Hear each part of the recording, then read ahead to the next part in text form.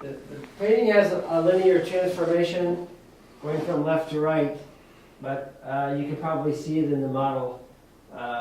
It's a painting that there is very static movement here, and as it moves to the right, the shapes become more active and more mobile. So it's kind of a slice of action kind of a movement. These dark blue areas are the infinity areas. They will probably be expanded. But it's fun to move from a small sketch to a big, this is 4x8 canvas, to see the effect of the line. The line will be reduced, and then the painting will begin to evolve. Will the painting be an exact duplicate to its smaller version? No. The painting will tend to evolve as these shapes grow. The proportions will change. Obviously, I've reserved the right to do that. And as the proportions change, the movement of the spheres will change to more fit the environment. So that is just a beginning to see the color bounces, and then the painting will be liberated from its sketch, and heaven knows where it will go. The geometric symbols are important to me because they determine a rhythm, and when they do that, they balance each other and they perform some sort of a truth in their symbolism.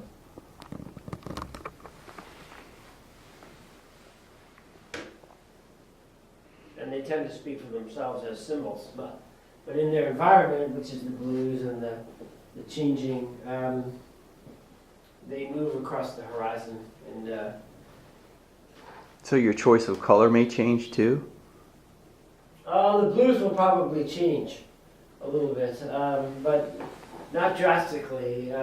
There's some experiments in the sketch to see how things react, but the formal tones will be more exact here, and there won't be aberrations. And the sketch probably will change. What I'll do is I'll probably change the sketch first when I remove colors that don't work, and the sketch will be changed as the painting comes along. And now, who would you equate this work? Is there any derivative in artists that you were thinking, or? Well, no, I don't. I wouldn't think in terms of artists, although I'm obviously influenced by what I see. But my goal is to establish my own vocabulary, and obviously, Stella and Rosenquist and anybody who did Al Hell, anybody who did geometric abstraction. There's been a whole field of them, but I'm pretty well determined. Mine are somewhat different because I actually use the color more as an equal partner. So yeah, I mean, I study a lot of geometric painters, but when I'm actually doing this, I'm after some sort of truth of my own. I think I've been at it long enough that I'm after my own movement, my own composition.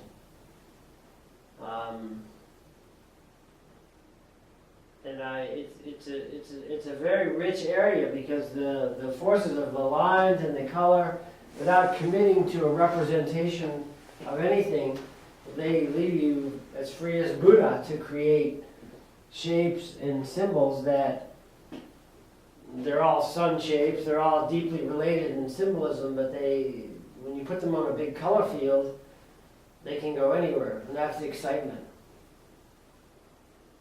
And they do go anywhere, and then they become an abstract environment all of their own, so that's fun. But I don't really seek to duplicate. I simply build on a lot of other artists that have gone before me, but I'm after my own color and rhythm. I'm very much intrigued by the blues and how they The hard blues, how they affect a geometric shape is pretty interesting. And how sometimes they will just subtly fit perfectly with the symbol.